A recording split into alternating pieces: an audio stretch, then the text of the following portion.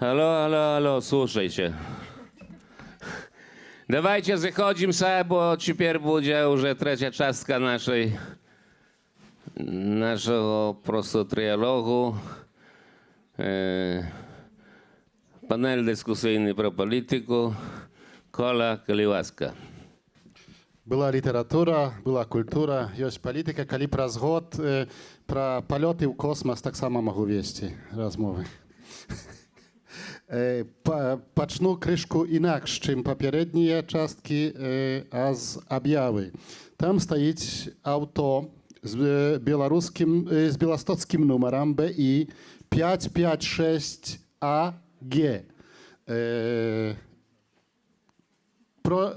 Такая просьба перш-наперш ад паліцыі, каб прыбраць тое аўто на вуліцы Сакольскай. Яшчэ можна гэта бескаштоўна зрабіць, так сказаць, але невядома як доўга. Так што перадайце, калі хто ведае уладальніка тае машыны, каб забралі з вуліцы.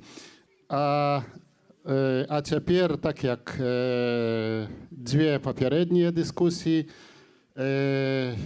сённяшнюю нашу сустрэчу сарганізаваў фонд Вілла Сакратес, партнёр управа горада Крынак, стратэгічны партнёр Падляшскае воеводства, медыйныя патранаты Радыёрацыя, газета Выборча, польскае радыё Беласток і польскае тэлебачанне Беласток.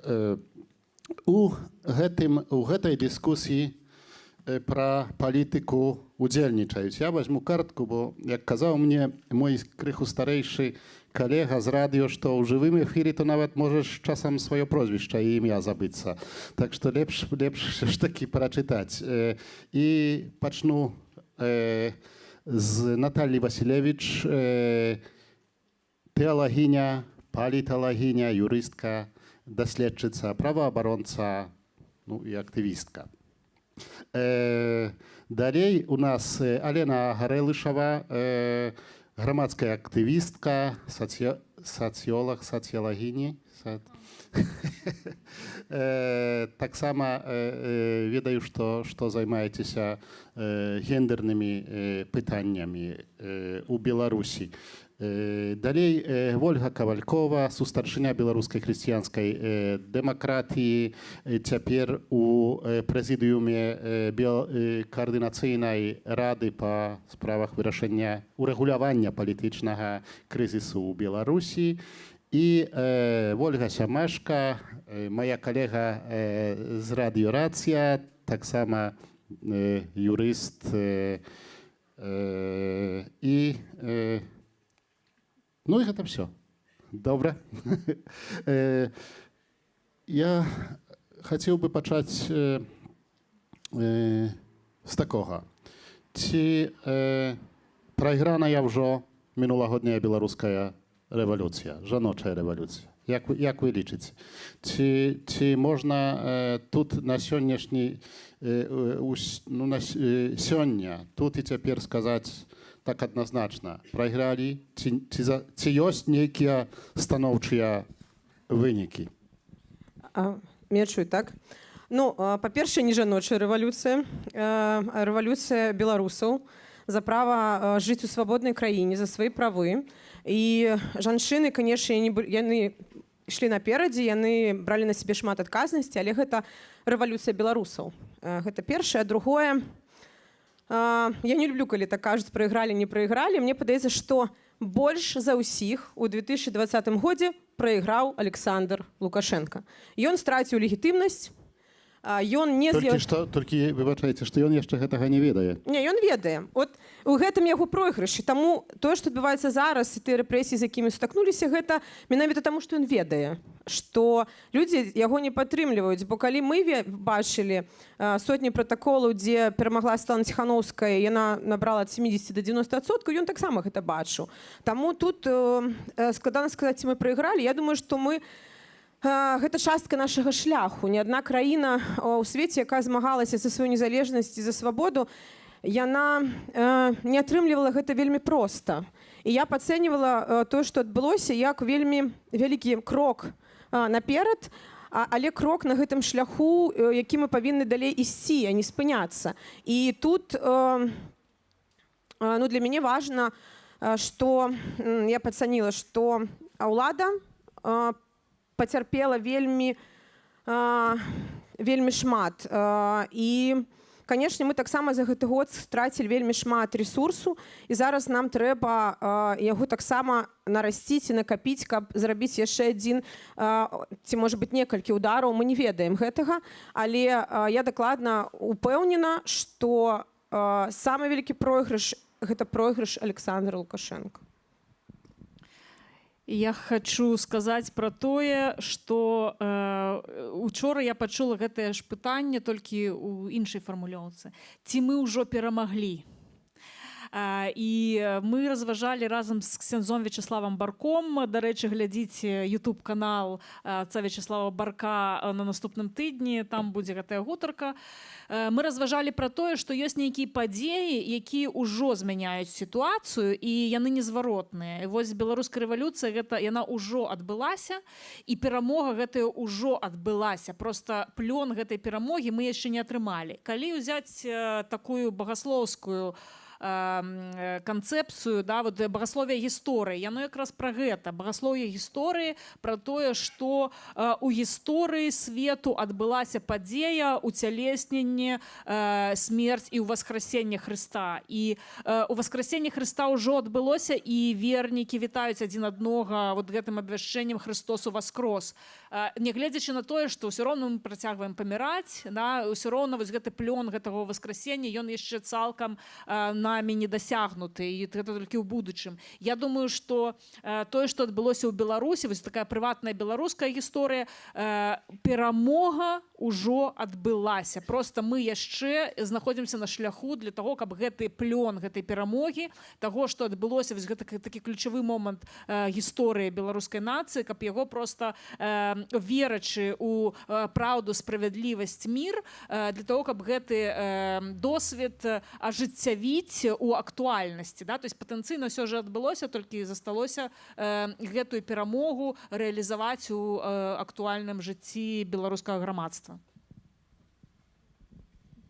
Я, напэўна, працягну, і калі бачыць пратэст толькі як тысячы людзей выходзяць на вуліцы, як гэта было ў той жа час, але год назад, то можа падацца, што пратэст у Беларусі знік, усё скончылася, і зараз галоўны ньюсмейкер — гэта дзяржава, якая робіць часам усё, каб увесь магчымы імідж скончыць. І тут я з Вольгай згодная. Але для мяне, прынамсі, цікава тое, што не так даўно Карпенка, міністр адукацыі, сказаў пра тое, што вельмі такая расхожая фраза пра тое, што анклавамі рэвалюцыі і пратэсту з'яўляюцца, як бы вы думалі, прыватныя дзіцячыя сады. І для мяне гэта пошук таго, што пратэст усё яшчэ ідзе, але галоўная задача і журналістаў, даследчыкаў высветліць, як ён ідзе, і паглядзець менавіта праз Zoom, дзе ён зараз адбываецца.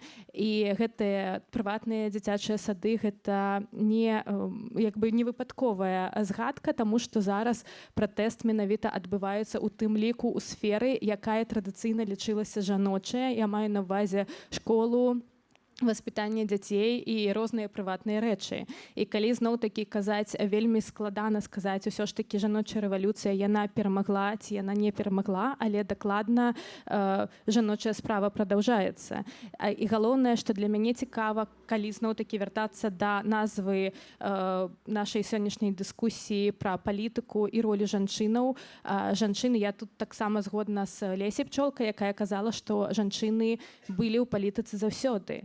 20-й год перамяніў тое, што мы нарэшце убачылі тое, што жанчыны ў палітыцы знаходзяцца, і што з'яўляецца сферай палітычнага, таму што зараз сфера палітычнага — гэта нават які станік я апранаю, калі я выходжу на вуліцу. Дзяржава сама робіць мера палітычнага — гэта тое, за што я магу сесці. І калі яшчэ учора я магла сесці, калі я раблю палітычны пратэст, выходжу з лозунгамі, то зараз зараз я веду дзіцёнка ў прыватны садзік, гэта палітыка. Якую бялізну, якіх колераў я апранаю, гэта таксама палітыка. Калі я хачу казаць пра сваіх родных часта мужчынаў, якія знаходзяцца па-за кратамі, я з'яўляюся тэрарысткай. Я асабіста, калі я праводжу пэўныя гендерныя трэнінгі, раней гэта была частка гендернага плана Рэспублікі Беларусь. А сёння гэта тэрарыстычная дзейнасць і тое, што я натхняю жанчын выходзіць на вуліцы. І вось гэтая мера палітыкі і менавіта жаночага ў гэтай палітыцы вельмі нашмат пашырылася праз тое, што дзяржава зараз бачыць гэта як палітычнае. І калі вяртацца да таго, што, як вы казалі, кожны грамадзян і грамадзянка Беларусі зараз мастакі, я б дадала, што кожная беларуска зараз гэта грамадзянка. Таму што вось менавіта твар беларускай грамадзянкі зараз гэта паўсюль, усё, што ты робіш, гэта твой грамадскі акт, таму што дзяржава літаральна за ўсё можа цябе пасадзіць. А я звярну ўвагу на вось гэтую брашуру, якую, напэўна, все чыталі прысутныя, так? Ці не? Я ўспрыняла гэта ўвогуле як маніфест нашай сустрэчы, называецца «Беларусь – гэта жанчына». І калі мы кажам пра жаночую рэвалюцыю, то варта ўчытацца ў тэкст, які нам усе раздалі.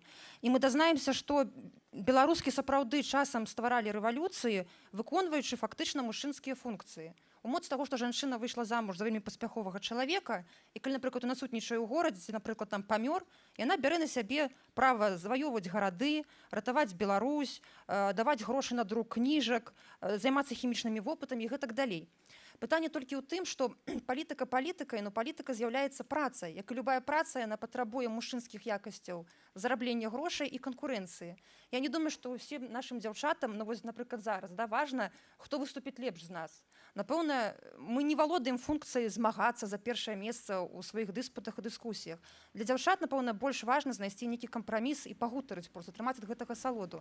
І любая палітыка, яна патрабуе, канешне ж, канкурэнцыі. І калі жанчына займаецца палітыкай, калі яна ідзе ў рэвалюцыю, скажем так, яна мусіць валодаць некаторымі мужчынскімі якасцямі. Пытанне толькі ў тым, ці маем мы права выбіраць, сапраўды выконваць жаночыя функцыі, як бы мы іх там не абазначылі, ці браць на сябе мужчынскія функцыі, пры гэтым мужчыны губляюць адчуванне, што яны патрэбны нам.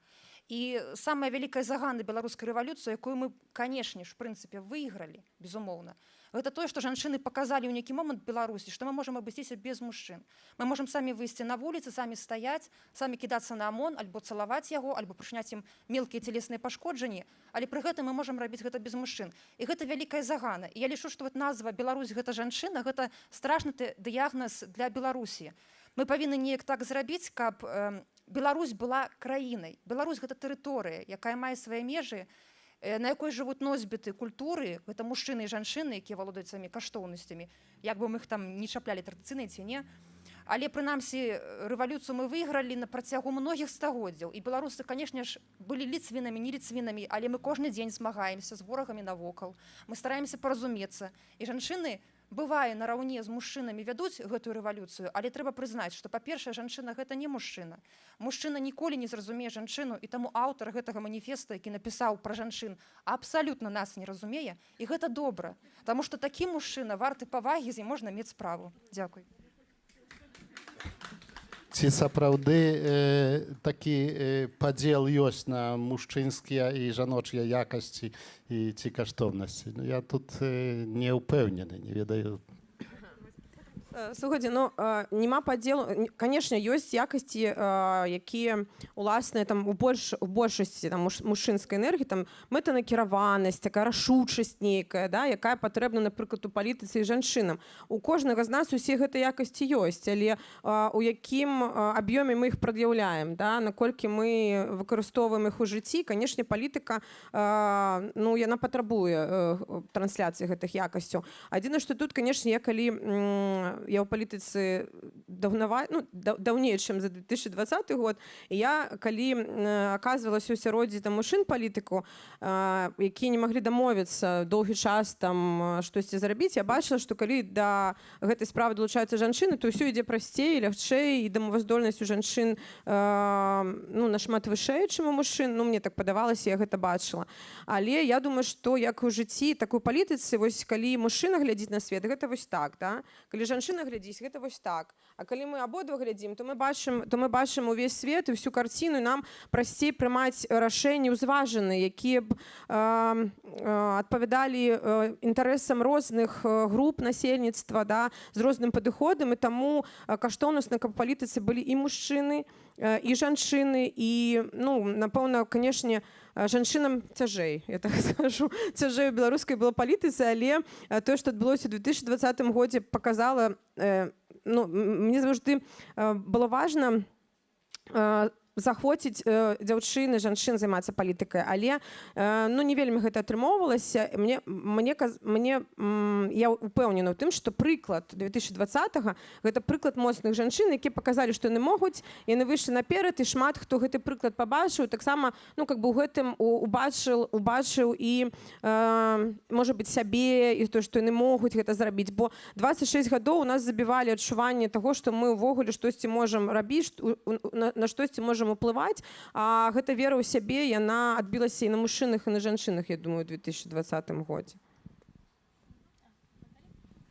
Так, я б хацела выступіць трошки з крытыкай гендернага эсэнцыялізма, таму што я не лічу, што ёсць нейкія ўласцівасці, якія могуць лічыцца сапраўды мужчынскімі ці жаночымі, таму што ўсё ж таки это культурна абумоўленыя шмат у чым рэчы, і на мой погляд, асоба чалавека, мужчыны ці жанчыны, яна можа па-рознаму кампіляваць у сабе нейкія ўласцівасці, і не заўсёды эта мэтанакіраванасць, якая першапачатковая мэтанакіраванасць, яна можа быць добрай у палітыцы.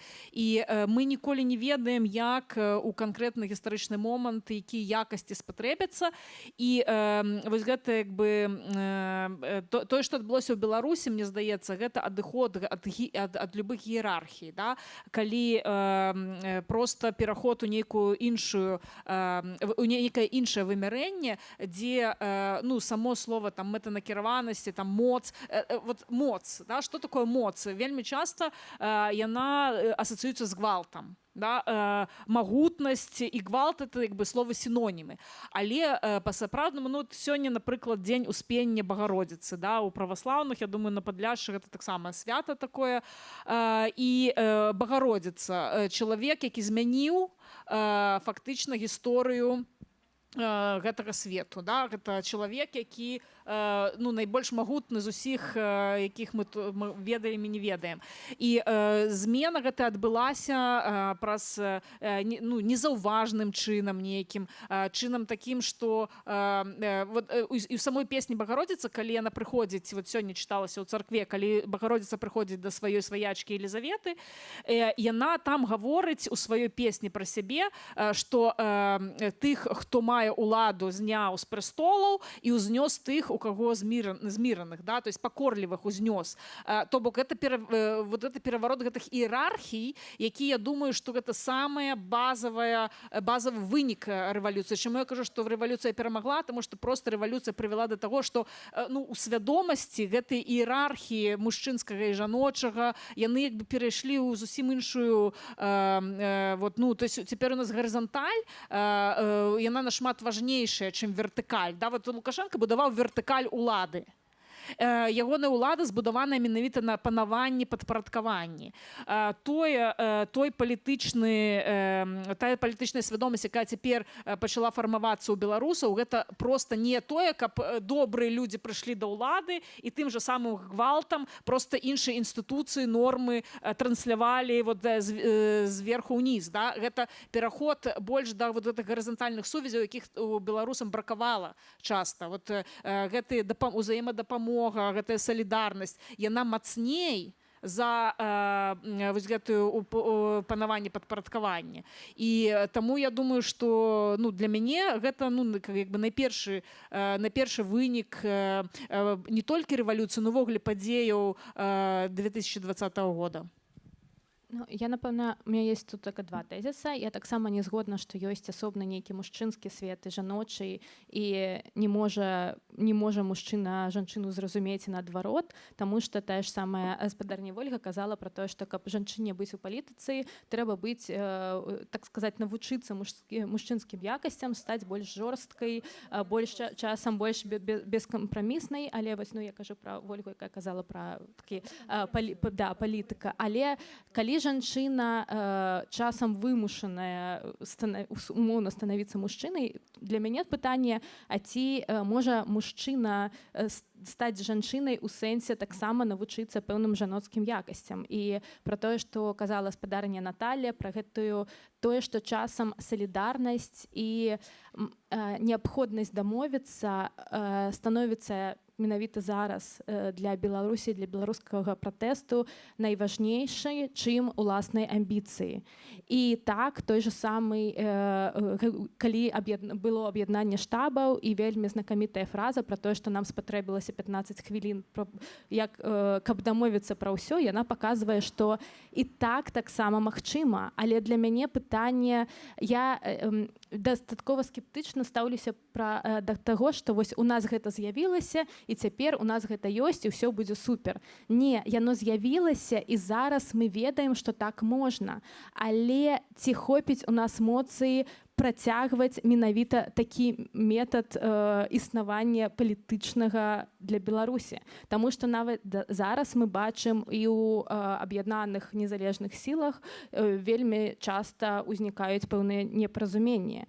Усё яшчэ ёсць, і гэта пытанне таксама да Вольгі, як шмат моцы, напэўна, патрэбна, каб усё гэта працягваць і каб дамаўляцца. Але мне падаецца зараз як бы ключ паспяховасці у тым, каб прадаўжаць дамаўляцца, прадаўжаць усё ж такі салідарнасць ставіць на першую ступень, а не ўласнай амбіцыі. І гэта таксама і пра жаноцкі, умоўна кажучы, метад вядзення жыцця і палітыкі.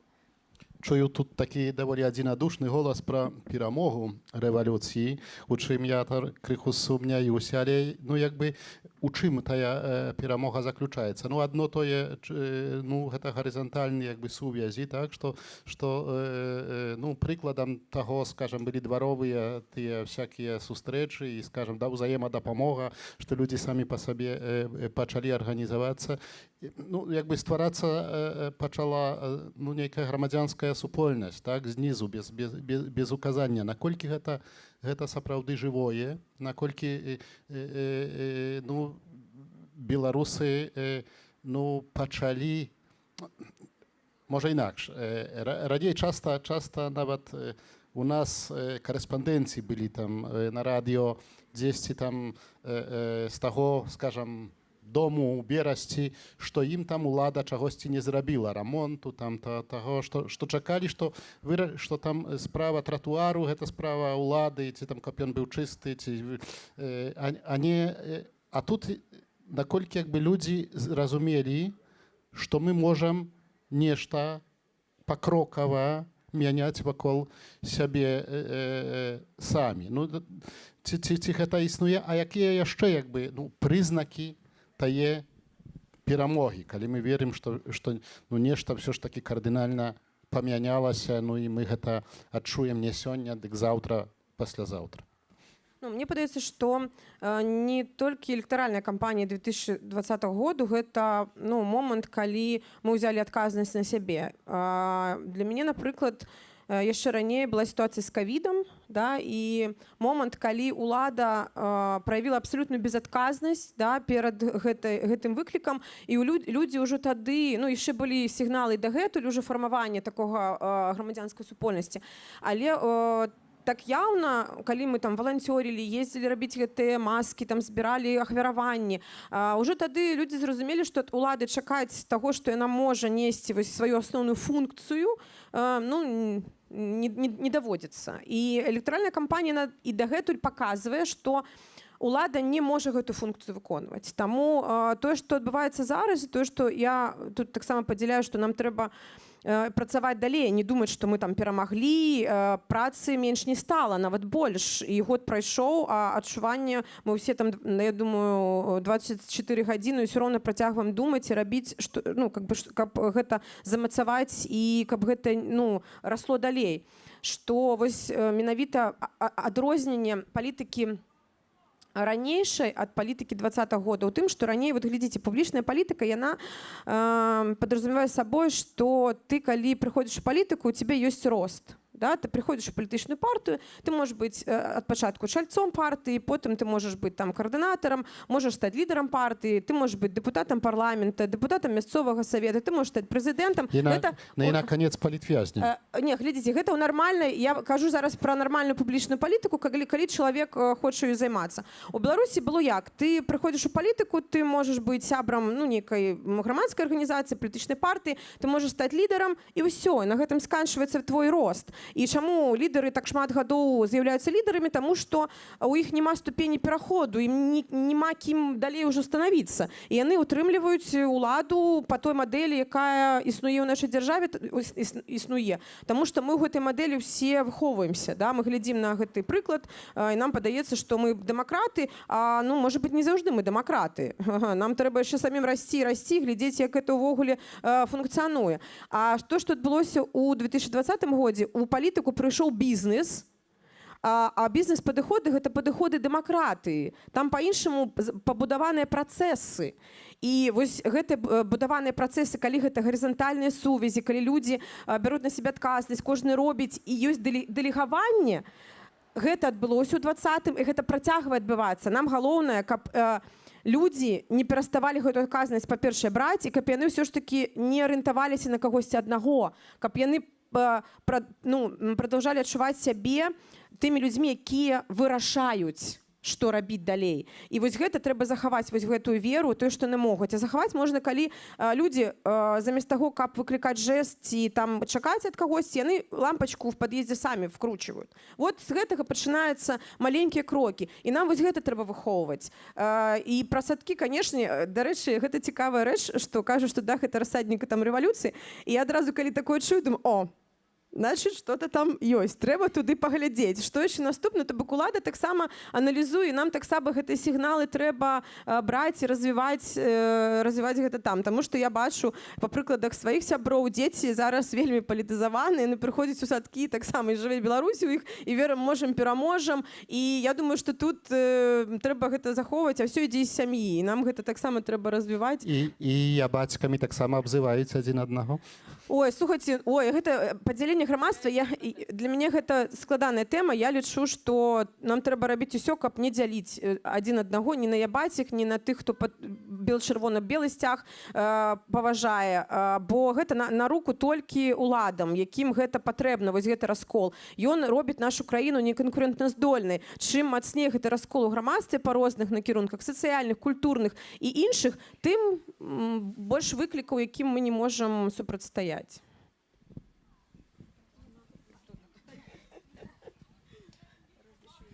Я бы хотела адзначыць яшчэ такую рысу беларускай рэвалюцыі, аб якой мы можам казаць, тое, што улады сапраўды спужаліся.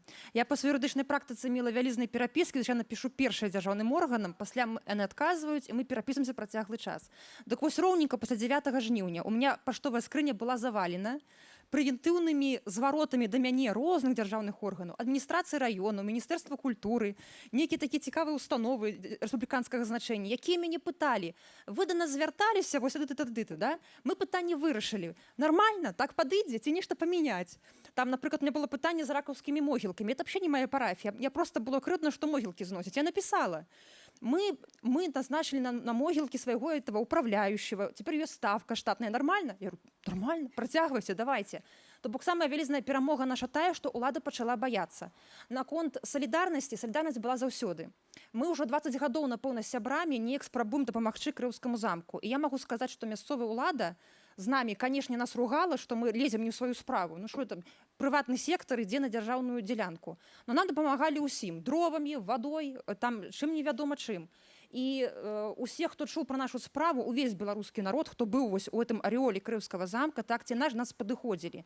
І для мяне ці вот новасці аб ковід-салідарнасці не навінка. Я заўсёды ведала, што у нас народ вельмі класны, салідарызаваны. Пытанне толькі, канешне, все равно з функцыямі жанчынамі і мужчынамі, таму што ў садку можна так навучыць дзяўчат, каб яны хадзілі на мітынгі, а лепш, канешне, не вучыць, таму што мне, напрыклад, баліць сэрца больш за ўсё за Машу Калеснікаву, которая, настолькі вось жанчына без абаронцы, што няма таго мужчыны, хто б зараз прыйшоў у Менск, перагрыз бы сцены турмы і вывеў бы на волю. Мне вось гэта крыўдна. Так, для мяне роля жанчыны. Максим Знак, напрыклад. Не, для мяне, Разам з напрыклад, Ёсі. тут... Слухайте, для мяне якраз такі прыклад Марыі Калеснікавай якраз пра тое, што гэта быў яе уласны выбар застацца ў Беларусі. Нягледзячы на тое, што, умоўна кажучы, былі мужчыны, якія яе везлі, былі мужчыны, якія на яе ціснулі, каб яна паехала, яна зрабіла свой уласны выбар як грамадзянка Рэспублікі Беларусь. І зноў-такі зразумела, што вельмі крыўдна і за Машу Калеснікаву, і за ўсе зараз больш за 600 мы маем палітычных вязняў у Беларусі. 74 з іх гэта жанчыны, палітычныя вязні, але тым не менш, в сэнсе сучаснай жанчыне ў Беларусі, як паказалі тыя ж самыя жаночыя маршы і пратэсты, у якіх таксама прымаюць удзел у жанчыны ў тым ліку, паказалі, што жанчыне больш беларускай не трэба абаронец, які прыедзе там, не ведаю, на кані ці не на кані, дастаткова эмоцый і розуму самастойна пастаяць за сябе. І як паказвае зноў-такі, вельмі шмат з'явілася фігураў у палітыцы, якія пачыналі менавіта як жонкі, як маці палітычных вязняў. І калі мы зараз паглядзім на інтэрв'ю пра палітычных вязняў мужчынаў, вельмі часта гэта інтэрв'ю гучаць жаночымі галасамі тых родных, якія ўвайшлі ў гэтую грамадскую прастору, каб расказаць гісторыю свайго мужчыны. І зноў-такі, але для мяне таксама цікава тутака і паглядзець на эвалюцыю гэтага працэса, які робіцца. Той же самый прыклад, далёка хадзіць не трэба, Святлана Ціханаўская. Так яна пачынала як картонная фігура, якую Ціханаўскі з сабой вазіў на пратэсты, таму што яе прысутнасць трэба была толькі як картоннай фігуры, але мы можам паглядзець, прайшло больш за года, і зараз яна ўжо самастойная лідарка аб'яднанай Беларусі, можна так сказаць. Вельмі часта яе называюць абранай прэзідэнткай, таму што так ёсць. І гэта так яна спачатку такой не была, але якой рух зрабіла і Святлана Ціханаўская, і, напэўна, кожная беларуская жанчына, якая не магла не прымаць удзел у тым, што адбывалася, вельмі нашмат вырасла за гэты год.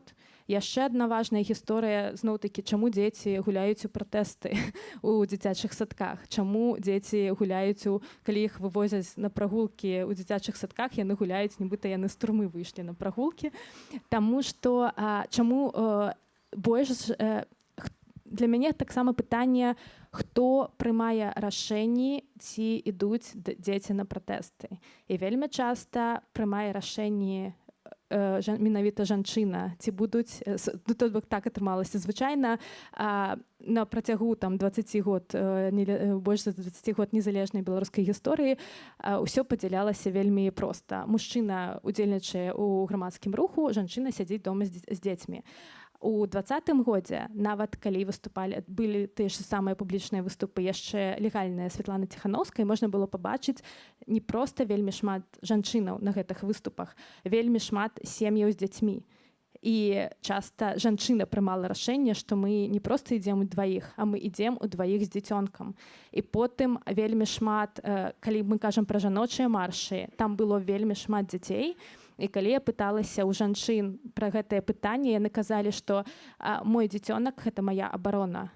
І мне падаецца, што ў мяне не будуць страляць, мяне не будуць неяк вязаць, таму што я іду побач з дзіцёнкам. На жаль, праз месяц усё змянілася, але тым не менш гэта таксама немагчыма пра гэта не казаць, і немагчыма не казаць пра ролю жанчын і сем'яў у беларускім пратэсце з гэтай гісторыі.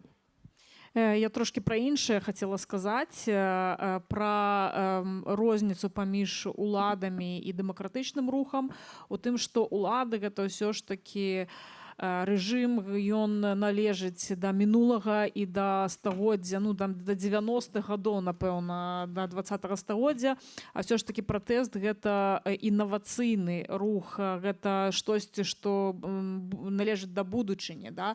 І гэта паказвае той, ну, узровень крэатыву, узровень выкарыстання розных інавацыйных тэхналогіяў, якіх немагчыма было, ну, доступу да якіх не было ну, там некалькі гадоў таму. А цяпер у прынцыпе пратэст ён прывабны, нават просто ну чыста эстэтычны ён прывабны, таму што тое, што прадукуе рэжым, гэта ну я б назвала гэта такой творчай імпатэнцыяй, да? Ну калі гэта цалкам штосьці не ну такой трэш, агратрэш, вось які не можа просто выклікаць ніякіх пазітыўных эмоцый па вызначэнні. Вось у той жа час пратэст ён шматстайны, ну і ты заўсёды пазнаеш ну как бы вот крэатуру рэжыма ты заўсёды пазнаеш просто інтуітыўна, ну бачыш трэш, ведаеш, што гэта зрабілі людзі, якім гэта не блізка да сэрца, да? Таму што ты не можаш быць творчым, і творчасць немагчымая у бюракратычнай нейкай сістэме і сістэме, якая не ведае, куды яна рухаецца, якая не мае за сабой ну нейкіх там сапраўдных каштоўнасцяў, за якія там хтосьці гатовы ну ахвяраваць чымсьці, да? То есть вось гэта не выклікае, яно не нараджае нічога. Гэта ну, такі копі-пейст вот нейкіх там нават самі дыскурсіўныя практыкі, да, вот тыя выразы, якія выкарыстоўвае рэжым, ад якіх просто неякавата. То есть іх у вершы не ўставіш, іх не спяеш. А тое, што як бы прадукуе вот дэмакратычны рух, і прычым вот я была ўражана плакатамі на акцыях, да, то есть люди самі пісалі гэтыя плакаты там на шпалерах, і гэта такі быў крэатыў, здавалася, вось гэты все нават такі ёсць у Расіі, яны праводзяць манстрацыі, у іх такая ёсць крэатыўная акцыя, там дзе яны робяць вельмі смешныя класныя плакаты, з якіх просто ну душа радуецца, да? А тут гэта было нас шмат лепш, просто настолькі так шмат гумару, так шмат таго, што чапляе, запамінаецца, вот ну нейкія выразы мы просто вот тыя, якія былі народжаны ў 2020 годзе, да, яны сталі вот такімі метафорамі, якія ну на языку і заўсёды хочацца і гаварыць, да. Вот это нараджаецца унутры дэмакратычнага асяродку менавіта таму, што ну тое, за што гэты дэмакратычны асяродак змагаецца, яно само творчае. Вось, а рэжым ён ўсё ж такі ну то все гэта страшнае, непрыгожае. Это вот як бывала заходзіш у ГУМ, да, а там ну там адзенне такое вот нейкае там па нейкіх там лекалах таких зробленае, ну просто ну каб на складзе ляжаць і все равно ніхто не купляе.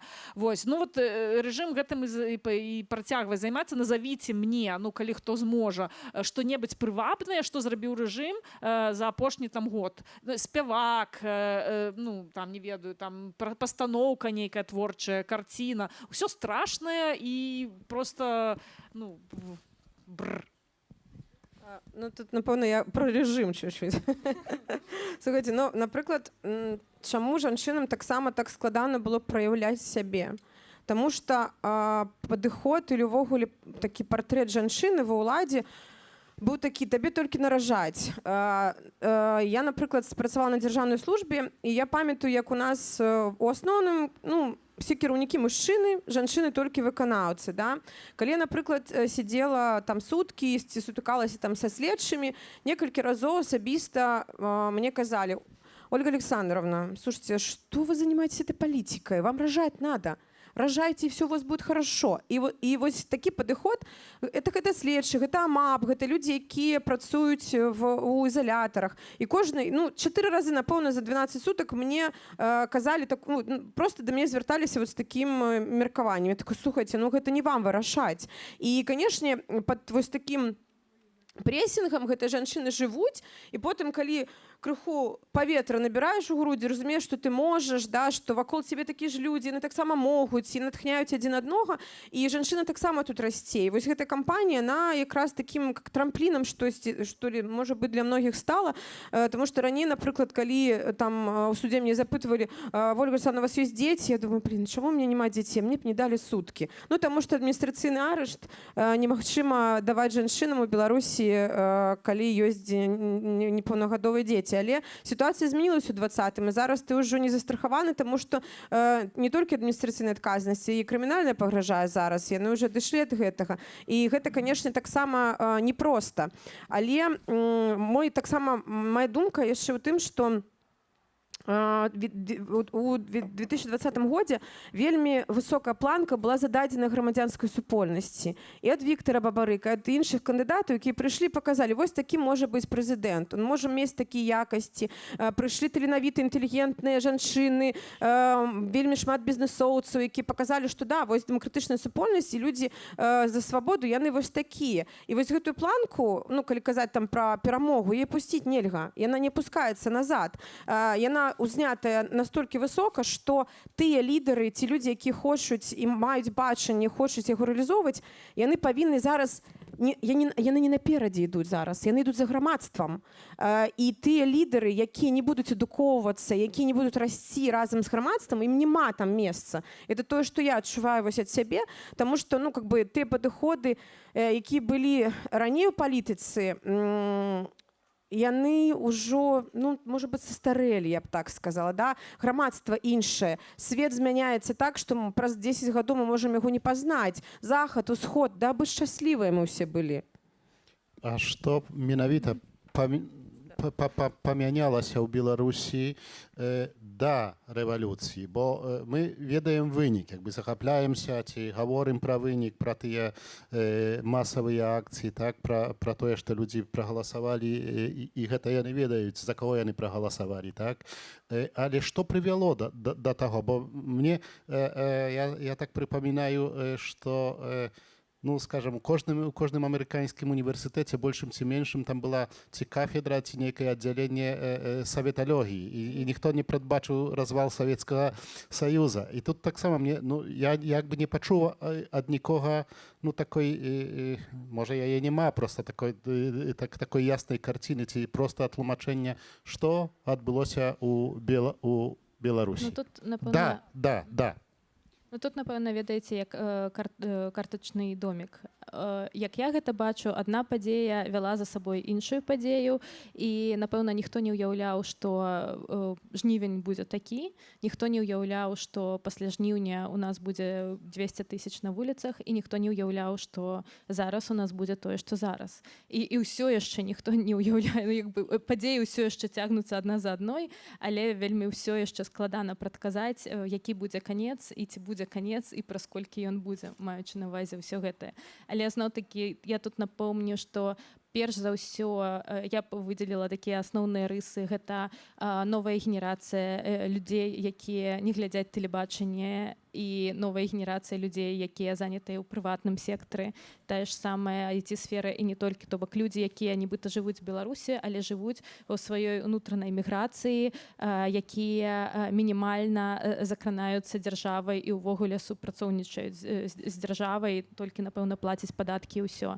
І ў гэтым разе альтэрнатыўныя кандыдаты, якія былі з большасці, яны менавіта смаглі неяк закрануць гэтую частку насельніцтва і прыцягнуць іх у палітыку. І іх менавіта неангажаванасць у нейкія партыйныя сістэмы, якія існавалі і зрабілі іх прывабнымі. Будь то, напрыклад, Цыпкала, Бабарыка ці менавіта Ціхановская, як фігура, якая аб'яднала ўсе гэтыя сэнсы. Праз тое, што яе асноўная была прадвыбарная праграма, гэта мы спачатку усіх выпускаем, а там ужо разбіраемся, што ідзе далей. І яна была настолькі, як бы, не магла ніякіх спрэчак вызваць і канфліктаў, таму што, ну, што ты супраць, каб людзі выйшлі на свабоду палітвязні? Канешне, за. Хтосьці яшчэ прываблівала яе фігура, як менавіта такая жонкі, якая ідзе за мужчынам. І гэта таксама вельмі цікава, як яе фігура культура з аднаго боку гэта вельмі патрыархальная гісторыя жонкі, якая ахвяруе сваёй сямейнасцю сваімі котлетамі, каб ісці за мужчынай, а з іншага боку гэта ралявая мадэль для кожнай жанчыны. Маўляў, кожная жанчына ў Беларусі можа стаць кандыдаткай у прэзідэнткі. Яшчэ адна важная роля гэта ковід дакладна, як такая нацыянальная кампанія, якая ўзнікла знізу, і кожная змагла да гэтай кампаніі спрачыніцца, таму што пазіцыя дзяржавы была у нас не існуе ковід, і тады ты яго бачыла, так? Не канешне, ну у сэнсе не бачу. Ну можна ў хакей пагуляць, можна папіць малака, з'ехаць на вёску, і тады ковіда не будзе. Гэта зноў-такі цытаты прэзідэнта.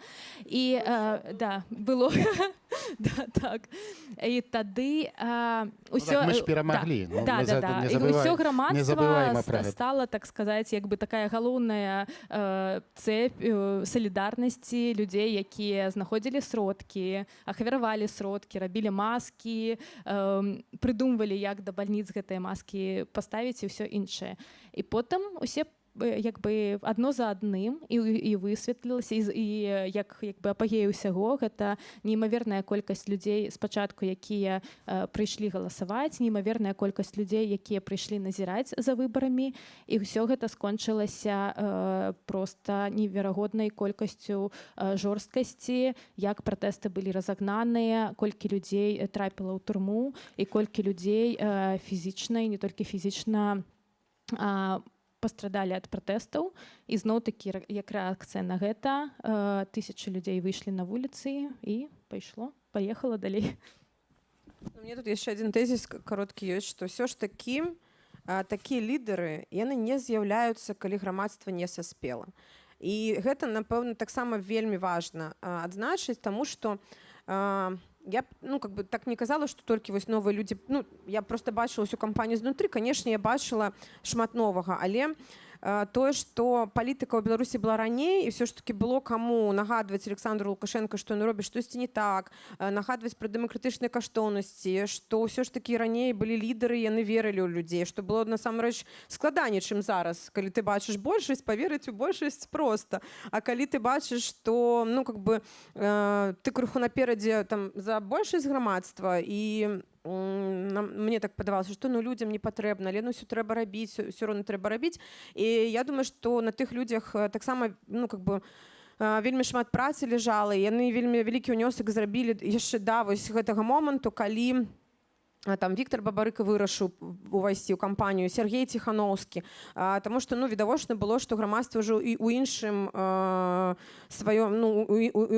іншым станаўленні сваім знаходзіцца. Я думаю, што калі б у 2006 годзе столькі людзей выйшла на вуліцу, мы перамаглі там дакладна. Всё ж такі 26 гадоў, і вось яны вельмі шмат далі Александру Лукашенко, вось гэтыя 14 гадоў, з 2006 замацавацца. І таксама я б адзначыла адзін момант наконт кароткай простай праграмы Святланы Ціхановскай, пад якой падпісаліся, напэўна, можа быць, нават людзі, якія там былі абыякавыя ці падтрымалі Александру Лукашенко. Аўтарытарызм нельга перамагчы складанымі праграмамі. Можна перамагчы аўтарытарызм толькі простымі большасці грамадства рэчамі. Гэта адбылося таксама важны, я думаю, аспект. Так, я хочу таксама трошки сказаць пра іншае, пра кафедры саветалогіі. Я пайшла ў паліталогію ў 99-м годзе, калі думала, куды паступаць. Это чыста інструментальна. Я хацела навучыцца навукова, як перамагчы Лукашэнку. Толькі дзеля гэтага я... З дзіцячага садка. Не з дзіцячага садка. Калі мне давялося... Я цікавілася зусім іншымі рэчамі, думала, хуценька я изучу на паліталогіі, как это ўсё прафесійна і навукова зрабіць. Хуценька гэта ўсё зраблю. До 2001 года у мяне быў план. А далей займуся сваім жыццём і тым, што мне цікава. І гэта падзацягнулася надоўга.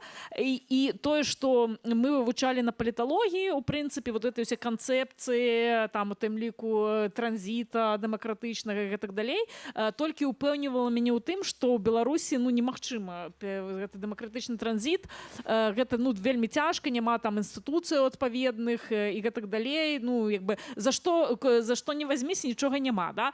І таксама ў дэмакратычным руху я прыкладна з таго ж часу, і я памятаю, што ўсе кампаніі у нас развіваліся, нейкі сцэнарый у нас быў. 2001 год это быў сербскі сцэнарый. Давайте зробім, вот сербы ж змаглі, давайте зробім, вот яны Мілошевіча скінулі, мы скінем Лукашенко. Потым быў 2004 год, ну вот это украинская оранжевая революция, потом грузинский вариант. Ну и постоянно был некий сценар, який ніколі не спрацоўваў. Вось. И я думаю, что якраз таки, ну и вот это там, калі вырашалі, давайте адзінны кандыдат, не адзінны кандыдат, вот таким чынам зробім, гэткім чынам зробім. Ну то есть мы заўсёды, у прынцыпе, рабілі навукова, ну заўсёды рабілі на базе нейкага іншага досведу.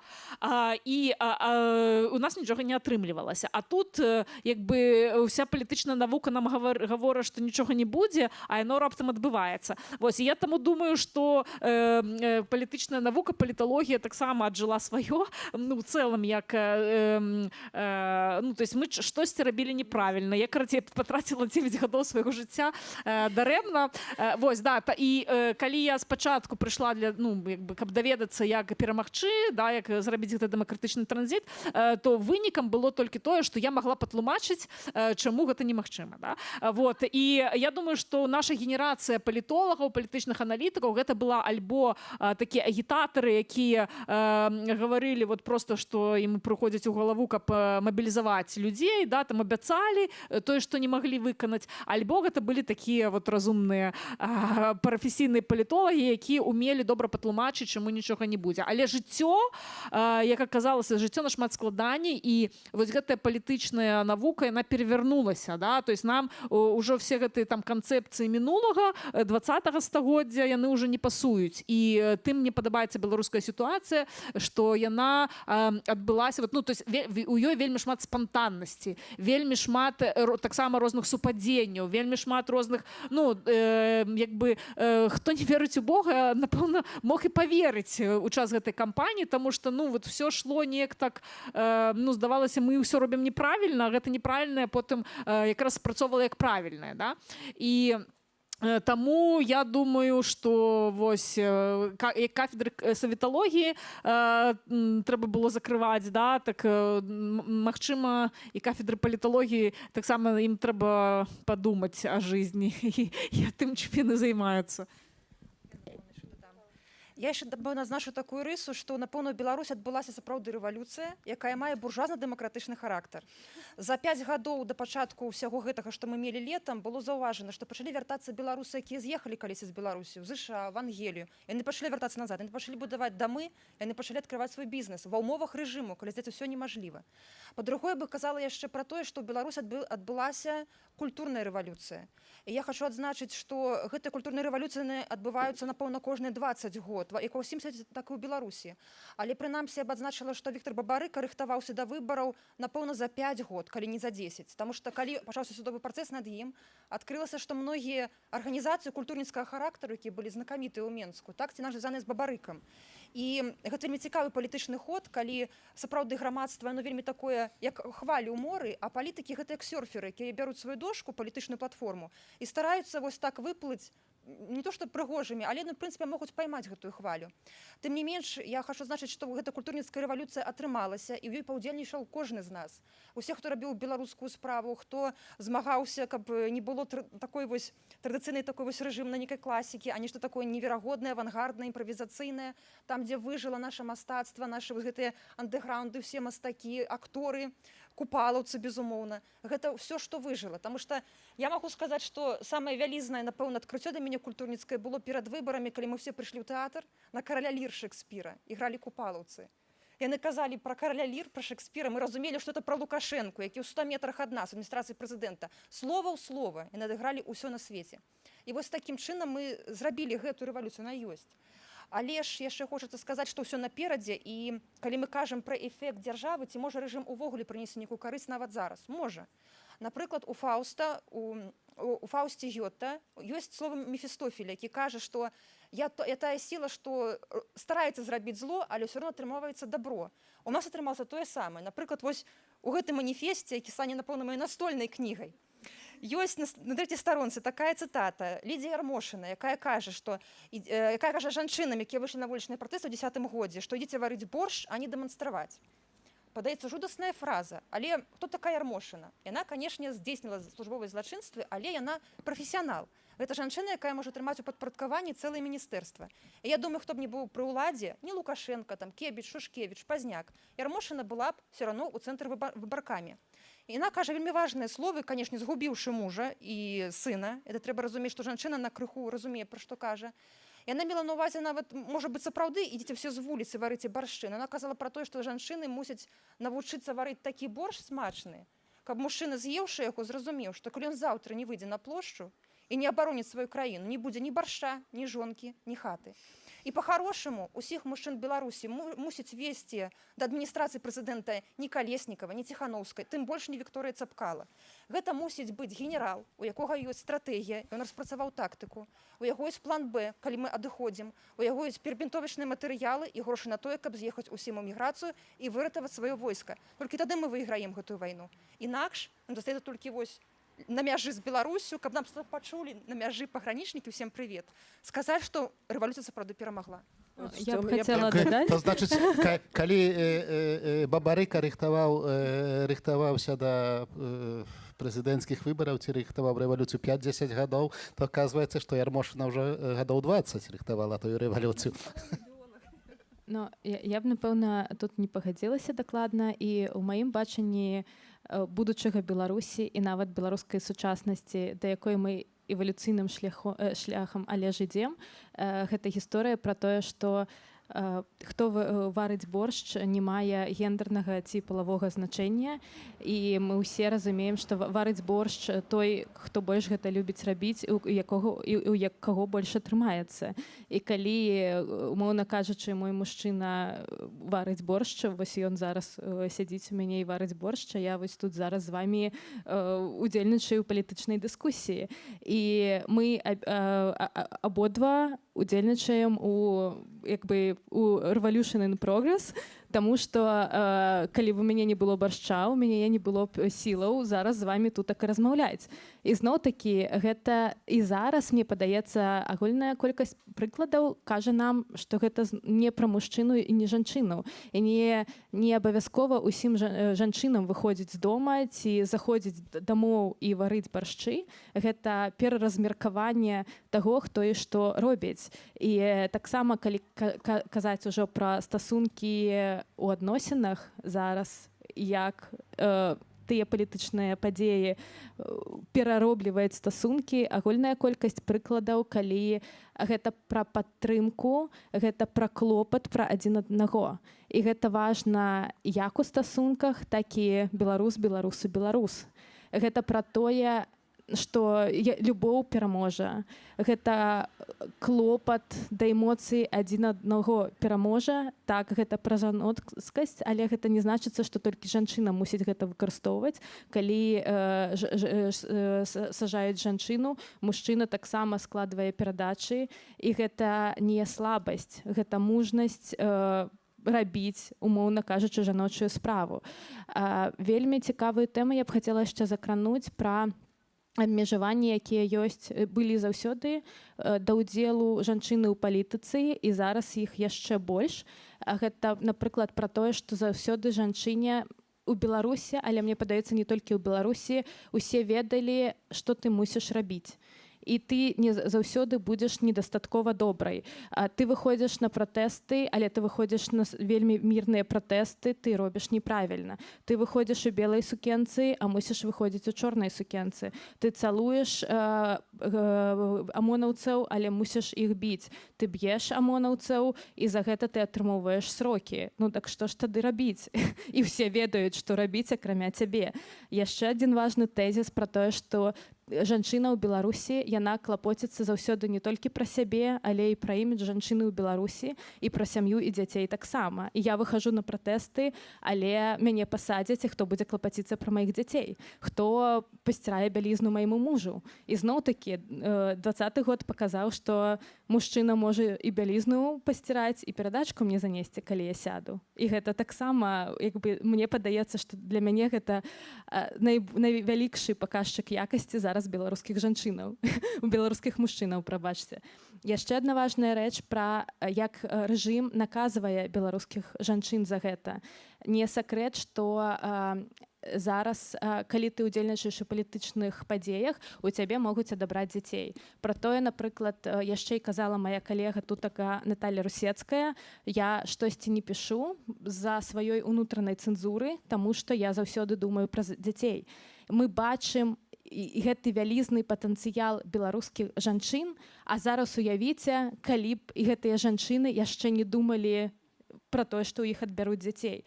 Калі б яны не думалі пра тое, што мне апекавацца на сям'ю.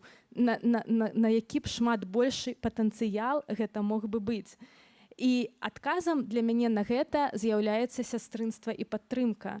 Калі жанчыны захапляюцца адна адной, калі яны выходзяць з сутак і яны такія задаволеныя, калі яны выходзяць з сутак і кажуць, ну так, усё было дрэнна, але мы адна адну падтрымлівалі. У мяне не было бялізны, але хтосьці ўзяў 3 камплекты і мне ахвяраваў сваю бялізну. І гэта як бы найвялікшы паказчык сястрынства і падтрымкі для мяне, які існуе і які з'яўляецца ключом таго, што пратэст не знікае.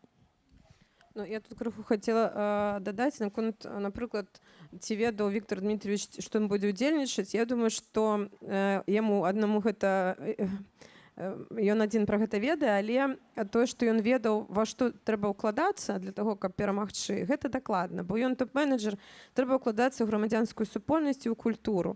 Гэта 2 сферы, якія калі яны будуць развівацца, будзе развівацца і краіна. І не можа лідер перамагчы без грамадзянскай супольнасці, без людзей. Гэта тое, што атрымалася ў 2020 годзе. Таму што, калі паглядзець агулам на кампанію, вось тут шмат казалі там пра трэба сцэнар, не трэба сцэнара. Мне падаецца, калі мы так назад паглядзім, 2020 год, ці быў план, ці было у вас адчуванне, што быў план? Бывало так, казалася, што не, што няма плану, але план быў. Просто людзей накіроўвалі не так, як заўжды, ідзіце туды, станьце тут, зрабіце то. Не, так не было. І у людзей было адчуванне, што яны самі прымаюць гэта рашэнне, што ім рабіць. І мне казалі, што куды пайсці. І ў гэтым таксама, і гэта таксама як этап вось гэтага станаўлення грамадзянскай супольнасці. І я думаю, што шмат у чым кампанія 2020 году гэта кампанія памылак Александра Лукашэнкі. Да? Калі няма сцэнару, калі мы паглядзім, у яго не было выбара там, з добрага і дрэннага. У яго был выбар заўжды паміж дрэнным і дрэнным. Там не было нармальнага выбару, каб зрабіць так, каб перамагчы. Ён прайграў ужо нашмат раней, чым кампанія пачалася. Але я думаю, што мэтанакіравана, ось у мяне яшчэ адна думка, чаму такі рэпрэсіі, гвалт адбываюцца ў беларускім грамадстве. Александр Лукашенко зрабіў усё, каб гэта было.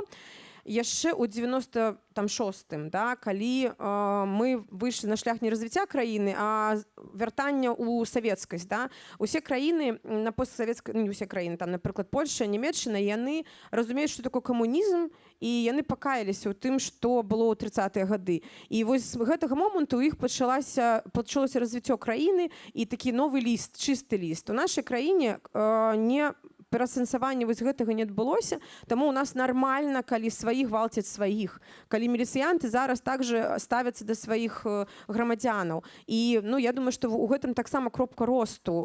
Калі мы будзем пра гэта казаць, што гэта вельмі, гэта нам трэба гэты шлях прайсці пасля гэтага у нас таксама будуць вялікія змены. Дзякую. Так, я хотела сказать про генералов, вернуться до этой темы про планы.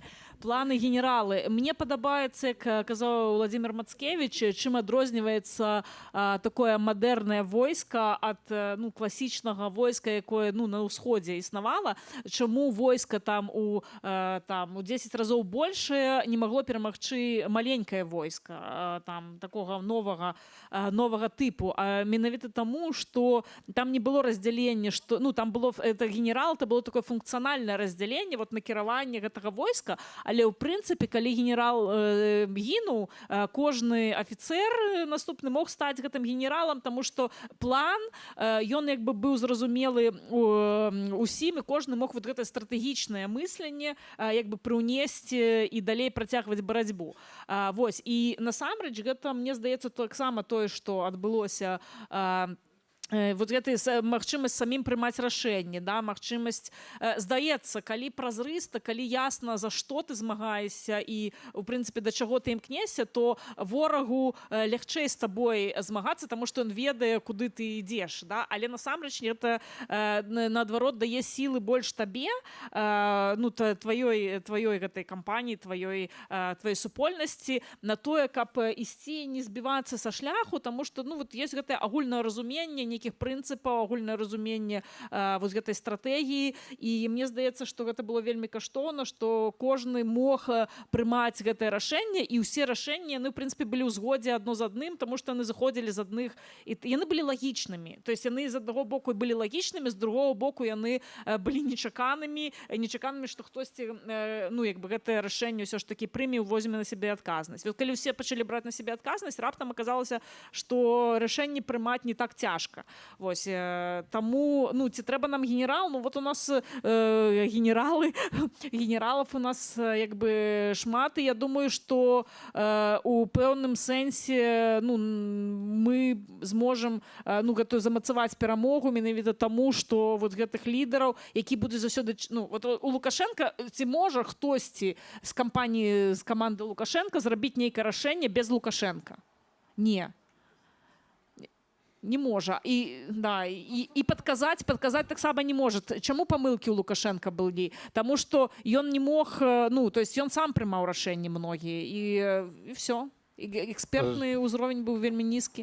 Шановне господарство, цяпер я не буду заахвочваць задаваць пытанні. Калі хто хоча запытацца, то падходзьце і спрабуйце задаць пытанні. У меня есть еще одна думка, я хотела больше. Слухайте, вось наконт генералу, мне падаецца, думка якраз у тым, кожны павінен стаць генералам. Ну, как бы, вось, грамадства павінна быць такім, што кожны павінен браць на сябе адказнасць за сваё жыццё.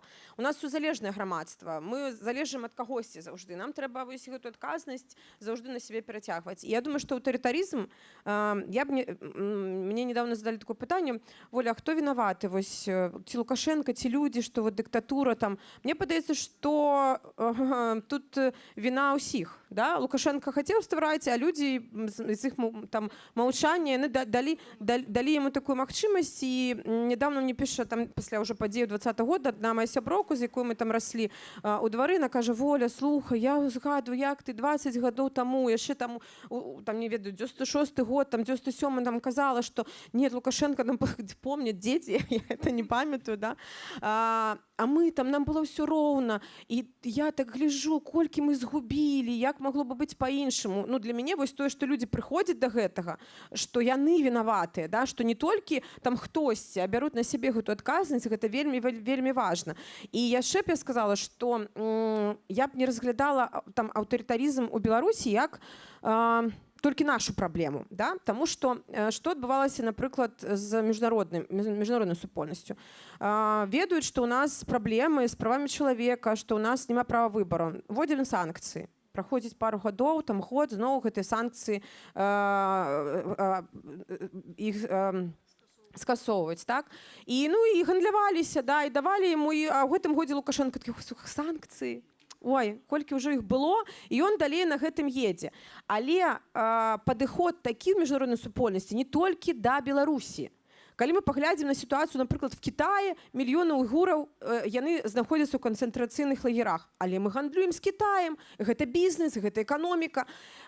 Тое ж самае з Расійскай Федэрацыяй. І я думаю, што такі глобальны падыход да аўтарытарызму, ён з'яўляецца вялікай праблемай. Я б проста не разглядала аўтарытарызм у Беларусі без вось гэтага міравога кантэксту. Таму што ці мы кажам, што у нас, у першую чаргу, каштоўнасці, правы чалавека важны, ці грошы, ці эканоміка, ці эканоміка і падтрыманне вось гэтых эканамічных сувязяў. Я бы глядзела на гэта шмат шырэй. Я думаю, што калі не спыняць аўтарытарызм і не мяняць гэтыя падыходы, то мы можам пабачыць яго зачаткі не толькі ў тых странах, пра якія я зараз сказала, што ён можа пагражаць і іншым. Таму тут трэба задумацца і нашым сябрам і партнёрам і за мяжой таксама. Дзякую. Тут, здаецца, Алена казала, калі я добра памятаю пра тыя фактары, якія спарадзілі гэтую рэвалюцыю, што з'явілася ці то праслойка, скажам, у грамадстве, ці з'явілася многа актыўных людзей, якія жылі без дапамогі дзяржавы, якія там свае зносіны з дзяржавай да мінімуму абмяжоўвалі там да тых жа падаткаў. І вось цяпер вельмі многа такіх людзей апынулася ў эміграцыі. Ці па сваёй, ці не па сваёй волі. Як гэта адаб'ецца на лёсе Беларусі? Як гэтая хваля вялікай эміграцыі? Ці, скажам, ці гэта памянялася ў нечым тое грамадства, якое засталося, ці можа наадварот беларускую справу, так сказаць, папулярызаваць у свеце будуць тыя людзі, а Беларусь не ўсе ведалі нават раней, дзе яна на карце. Для мяне галоўнае пытанне, калі я пра гэта думаю, што ёсць Беларусь зараз. І мне ўсё ж такі хочацца верыць, тым больш як чалавеку, які ўжо год не быў у Беларусі, за 2 кіламетры я зараз знаходжуся да мяжы, што пакуль тыя людзі, якія з'ехалі, захоўваюць Беларусь у сваім сэрцы, клапоцяцца справай Беларусі і штосьці робяць для Беларусі, як бы рэвалюцыя ў прагрэсе, яна мусіць прадаўжацца. І зноў-такі пратэст, ён ідзе не толькі ўнутры Беларусі, без гэтага дакладна немагчыма, але і за межамі Беларусі, рукамі тых людзей, якія з'ехалі, і рукамі і тых людзей, якія не з'яўляюцца, можа, беларусамі па пашпарту ці па крыві, але яны таксама аказваюць гэтыя справы салідарнасць. І зноў-такі тое, што мы з вамі тут знаходзімся, і тое, што вы ахвяруеце свой час, каб прыехаць сюды і паслухаць пра нашы, маўляў, унутраныя праблемы, гэта таксама вельмі важна, таму што ўсё ж такі так, ёсць вялікія пытанні, як міжнародная супольнасць падтрымлівае ці то не падтрымлівае рэжым, але праз тое, што ёсць агромная колькасць інстытуцый і краін, якія не прызналі рэжым Лукашэнкі, усё гэта мае шанс скончыцца хутчэй, і каб усё ж такі прайшло не часу да наступных выбараў, а ўсё ж такі трохі менш часу прайшла. Вось часу у Польшчы, калі, напрыклад, падзеі адбылася рэвалюцыя, да моманту, калі адбыліся выбары, прайшло 8 гадоў. Гэта было 30 гадоў таму. Калі, я не хачу там перакладваць, але калі мы паглядзім на тое, што адбылося ў Беларусі, і ўсё ж такі інтэрнэт, прагрэс і хуткасць, з якой мы рухаемся, я думаю, Беларусі 3-4 гады, да гэтага часу я проста на будучыню сваё агучваю адчуванне, павінна яшчэ падрасці расійскае грамадства крыху, таму што мы, на жаль, неразрыўна звязаныя з Расіяй эканамічна і палітычна, і змены гэтыя адбудуцца. І я думаю, што гэта не вельмі шмат часу, калі шчыра, для таго, каб нам атрымаць і тыя кампетэнцыі, і быць адказнымі ўзяць гэту ўладу, каб у нас было дастаткова людзей, якія, вось як, напрыклад, Наталя таксама казала пра інстытуцыі, якія павінны існаваць, каб забяспечыць нармальнае функцыянаванне. Каб мы гэтыя колькі гадоў яшчэ нам дано, каб мы развіваліся, укладаліся у развіццё грамадзянскай супольнасці, у свае кампетэнцыі і пераймалі той досвед дэмакратыі, які ёсць сёння у еўрапейскім звязі. Таму што шмат людзей, якія знаходзяцца зараз здесь, гэта людзі, якія маюць грамадзянскую пазіцыю, якія займаліся актывізмам у Беларусі. І я думаю, што гэта час і для нас таксама здабыць гэтыя кампетэнцыі, каб не забіраць той інтэлектуальны патэнцыял экспертны, калі трэба будзе будаваць дэмакратычны працэс у Беларусі, а каб мы, беларусы, вярнуліся дадому будаваць краіну. Бо, напрыклад, пасля падзеяў ва ўкраіне 2014 году вельмі шмат экспертаў з Польшы з'ехала налажваць там працэсы. Так трэба, каб беларусы паехалі назад, і трэба трымаць іх у фокусе, каб яны... Я думаю, што ў фокусе мы і так трымаемся. Я, напрыклад, у мяне няма адчування, хоць год прайшоў, што я ў Польшы, што я сацыялізуюся, бо мой фокус і кожнадзённая праца — гэта ўсё ж такі асяроддзе беларусаў. Я таксама з гэтым пагаджуся і скажу, дадам тое, што ў прынцыпе мы не можам казаць пра эміграцыю ў 21 стагоддзі, у 2021 годзе гэткім самым чынам, як мы казалі у 90-е гады, альбо там яшчэ раней, да, там часы савецкія. Таму што цяпер, ну, у прынцыпе, грамадствы, многія ў свеце, яны, ну, глобалізаванае грамадства, ўсё так функцыянуюць, што ты ніколі не ведаеш, дзе ты жывеш. Ну, як бы людзі, многія людзі, яны жывуць некалькі месяцаў у адной краіне, некалькі месяцаў у іншай краіне, там паўгады яшчэ дзесьці. І, ну, напрыклад, я, хаця, ну, напрыклад, таксама 2 гады я не была ў Беларусі, але, ну, я адчуваю, што я, ну, у камандзіроўцы дзесьці просто знаходжуся там, рэалізую нейкі свой праект, я не разглядаю гэта як эміграцыя. Я нікуды не з'ехала, ну, гэта просто як бы часовы там выезд, там, можа быць, на 3 дні, можа быць, на месяц, а можа быць, на паўгады. Вось, і у гэтым нашым працэсе вот, таксама многа у рэвалюцыі нашай многа удзельнічала людзей, якія, ну, часткова жывуць дзесьці на захадзе, часткова жывуць у Беларусі. Як бы цяпер няма такіх катэгорый там з'ехаць. Вот калі Зянон Пазняк з'язджаў, да, ён ужо як бы з'язджаў. Ён з'язджаў і то, калі ён падаваўся, ну, вылучаўся ў прэзідэнты, Канстытуцыйны суд як бы прыняў спецыяльную такую адказ, што, ну, ёсць жа канстытуцыйнае такое патрабаванне, што прэзідэнтам Рэспублікі Беларусь можа лічыцца толькі чалавек, які 10 гадоў стала пражываў у Беларусі. Ну, а ў яго ён з кватэры не выпісаўся, да, як бы, да, у яго, ён, ну, па сваім пашпарце, ён быў прапісаны, як бы жыў у Беларусі, фізічна там не знаходзячыся. Вось, таму я думаю, што вось гэтыя ўсе канцэпцыі, там, міграцыю, мы павінны проста перагледзець, таму што, ну, вот, міграцыі як такой, вот, у эміграцыі жыць, гэта ўжо, як бы, састарэлыя канцэпцыі, час мяняецца. Ну, састарэлыя і не састарэлыя. Мы тут падкрэсліваем, што мы 2 кіламетры ад мяжы, крышку далей на гэтай мяжы, ну, кіламетраў 5 ад нас ўжо трэці тыдзень там група здаецца, з Афганістану. Ну, для іх гэта не абстракцыя. Тут з аднаго, з другого боку са стрэльбамі стаяць жаўнеры. Ну, і ну, гэта ж таксама элемент, ну, палітыкі, ну, як кажуць у Польшчы, гібриднай вайны, якую Лукашенка пачаў супраць развязу. Як вы на гэта глядзіце? Я лічу, што, ну, не павінна такога быць таксама ў 21 стагоддзі ў цэнтры Еўропы, калі людзі, ну, знаходзяцца дзесь у нейкім балоце і з абодвух бакоў стаяць са стрэльбамі. Я магу яшчэ, як бы, да, гэта гібридная вайна і, безумоўна, ну, не абавязаны ніхто пускаць гэтых людзей, да, ну, як бы такога, ну, як бы абавязку няма, але ўсё ж такі, калі мы гаворым пра каштоўнасці і пра каштоўнасць годнасці чалавечай асобы, то, ну, як бы сітуацыя ўжо ёсць, і я не, ну, як бы я магу зразумець людзей са стрэльбамі з боку Лукашэнкі, якія стаяць, да, для якіх гэтыя людзі гэта просто такое пушачнае мяса, якім яны хочуць гэтую Еўропу, ну, напужаць.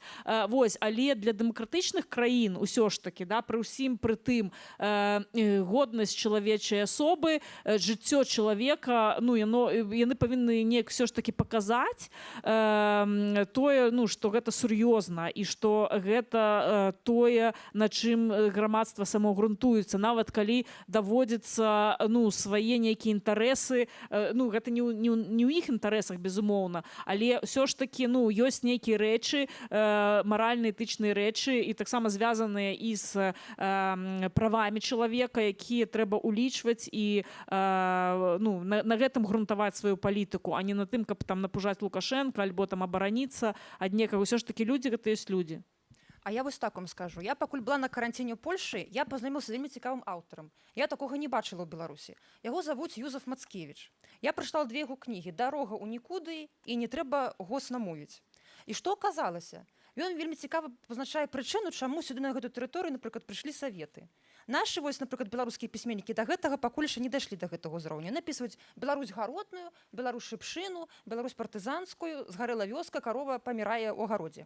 Аказалася, Мацкевіч цікава апісвае, што саветы прыйшлі на тую тэрыторыю, дзе мужчыны, зноў-такі, аказаліся ў дзіцячым эгастане.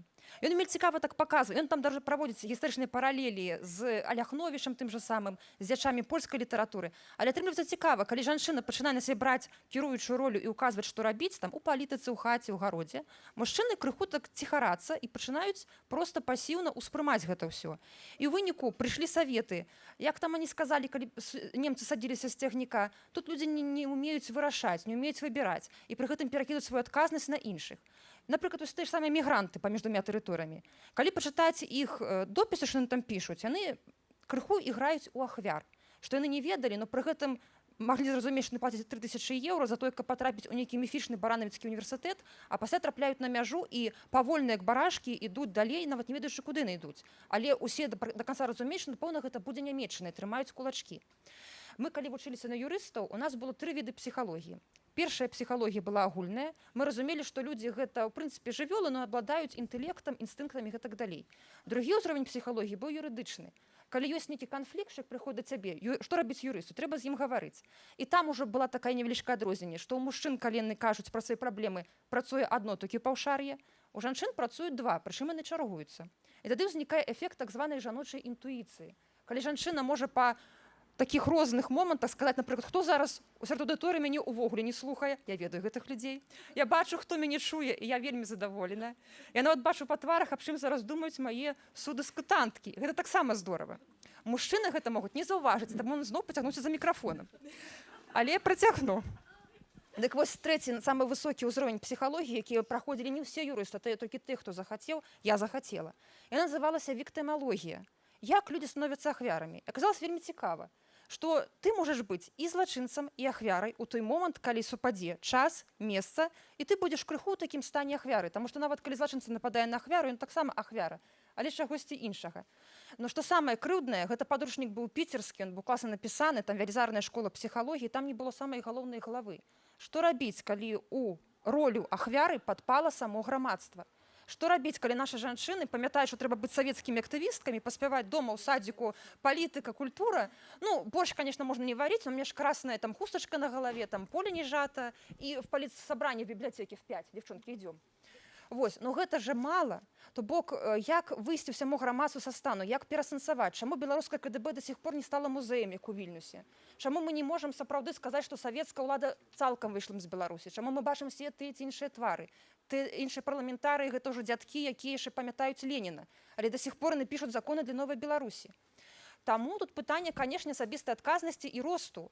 І вельмі класна, што мы маем шанец зараз жыць тут, зараз, і расці і глядзець на іншыя народы. Нядаўна я была ў адной групе з беларускага варшаўскага дома, якія прыехалі адпачываць у Мастаўляны. І палова з іх была ў такім вялізным стане ахвяр. Нас, беларусаў, нас выгналі з нашай краіны, ах, зямелька моя родная, іх. Я, не будь дура, пашла ў лес, сарвала палын, прыношу, говорю, нюхайце палын. Наша палын пахне, наша, яна пахне горычу. Вось Мастаўляны, Падляшша, яна яшчэ затаіла вось гэты пах горычы беларускай. Палын у Варшаве, паверце мне, у Гданьску я нюхала. Ён пахне соладка цукеркамі. Гэта не наш беларускі палын. Таму гэта ўжо наша зямля. Там панскі. Напэўна, ну, варшавскі. Наш, не наш. Słuchajcie, a poszli moment zadać pytanie. Ja думаю, что Воля ведае, хто там мае схаванае пытанне. Я чувствую, оно идет по вектору. Без таго так. Карцей завершу свой выраз, што у беларусаў зараз ёсць вялізны патэнцыял, маючы мажлівасць пабачыць Еўропу, дзякуй Богу, заслона не ўпала, мы не ў Карэі, паглядзець, як жывуць палякі, нам ёсць чаму павучыцца, паглядзець, як жывуць еўрапейцы, як амерыканцы, і вынесці гэтыя каштоўныя урокі. Безумоўна, у кожнай краіне народ можа быць ахвярай рэжыму ў той ці іншай пазіцыі. Дзесьці цісне капітал, дзесьці штосьці іншае. Я не хачу абагульняцца, але у беларусаў ёсць шанец, і мы гэты шанец мусім выкарыстаць. Амінь. Nie, jeszcze jedno pytanie apошняе. Мне гэта асабіста баліць моцна. Пра нацыянальны фактар беларускай рэвалюцыі. Ну, бо правы чалавека, свабода, дэмакратія, выбары і так далей, і так далей. Ну, ведаем, якая сітуацыя у Беларусі і моўная, і з самасвядомасцю беларусаў.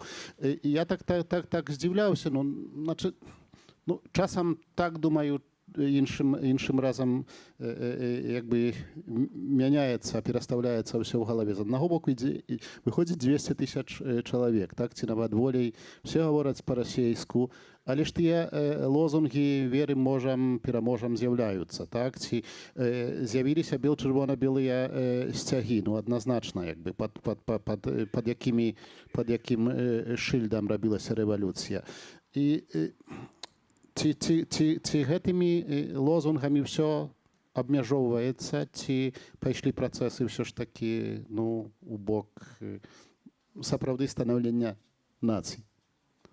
Я інакш таксама, у мяне ў галаве таксама паперастаўлялася, скажам, ну, інакш гляджу таксама на, скажам, на рускамоўных беларусаў, чым да гэтай пары, напрыклад, глядзеў. Насамрэч вялізнае пытанне, калі зноў-такі мы сыходзім, што ёсць нацыя не з канцэпцыі 19 стагоддзя, калі нацыя гэта было прынцыповае пытанне да межы, да мовы, абавязкова мусіць быць свой герб, флаг і ўсё гэта як бы пэўныя таксама атрыбуты так нацыі, але ці з'яўляецца нацыя зараз прынцыповым пытаннем? Зноў-такі мы глядзім на еўразвяз і я ўпэўнена, нават у Польшчы ёсць колькасць грамадзян, напэўна, хутчэй за ўсё маладая генерацыя, і для іх быць у еўразвязе гэта настолькі ж істотна, настолькі быць палякам ці палячкай. І гэта людзі, якія ўжо выраслі як бы з іншым і часам,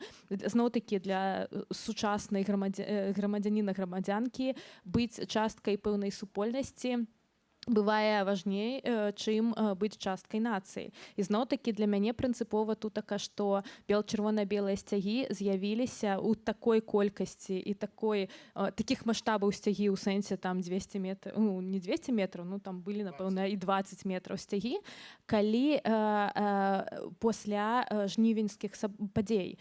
І гэта была хутчэй рэакцыя на тое, што зрабілі ўлады, і вось гэтыя бел-чырвона-белыя сцягі, і там і вопратка, і ўсё, што як бы схема БЧБ, гэта была рэакцыя, мы хацім абазначыць сябе неяк, мы не вы. Вось, і гэта хутчэй была адбудоўванне сябе, і што ўзяць апазіцыйныя, мы бярэм вось гэта. Нават на тых жа самых мітынгах Ціханаўскай было часам не шмат сцягоў, і нават былі чырвона-зялёныя сцягі, каб паказаць, што мы разам.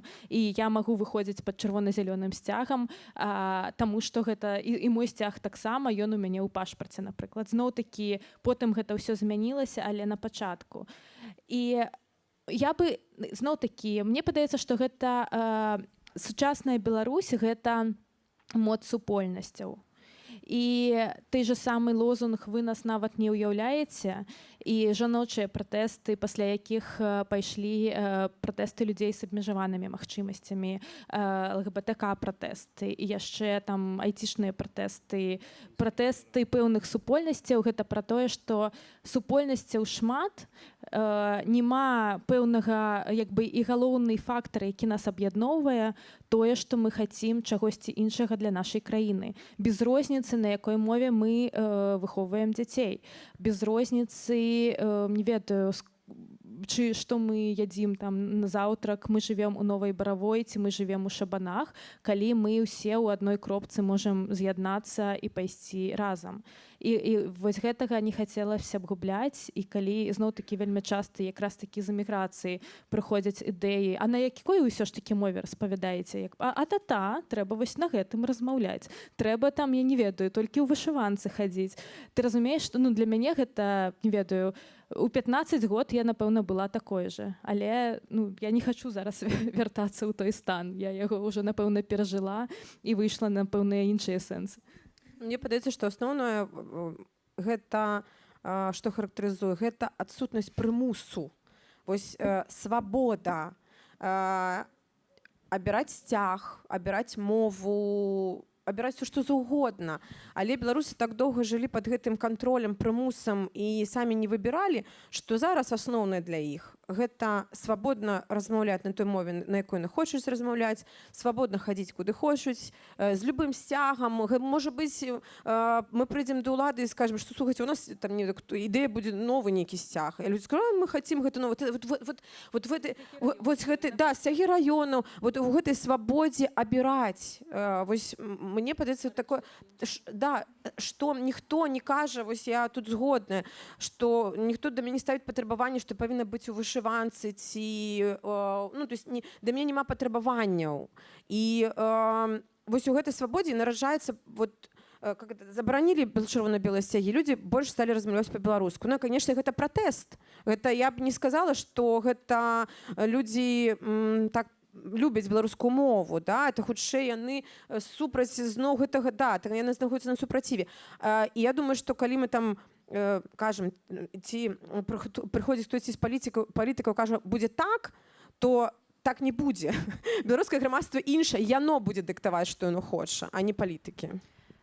А я хочу сказаць, што, напэўна, я той чалавек, які праглядзеў вельмі шмат стрымаў з усіх акцыяў пратэсту, таму што знаходзілася я фізічна не ў Беларусі, і таму я на усе стрымы, у мяне там і Свабода, і Белсат, і все гэта ішло. І я слухала людзей, слухала вось гэтых людзей на стрымах, калі ў іх пыталіся. І першае ўражанне ўлетку 2020 года, як шмат людзей умее адказваць па-беларуску.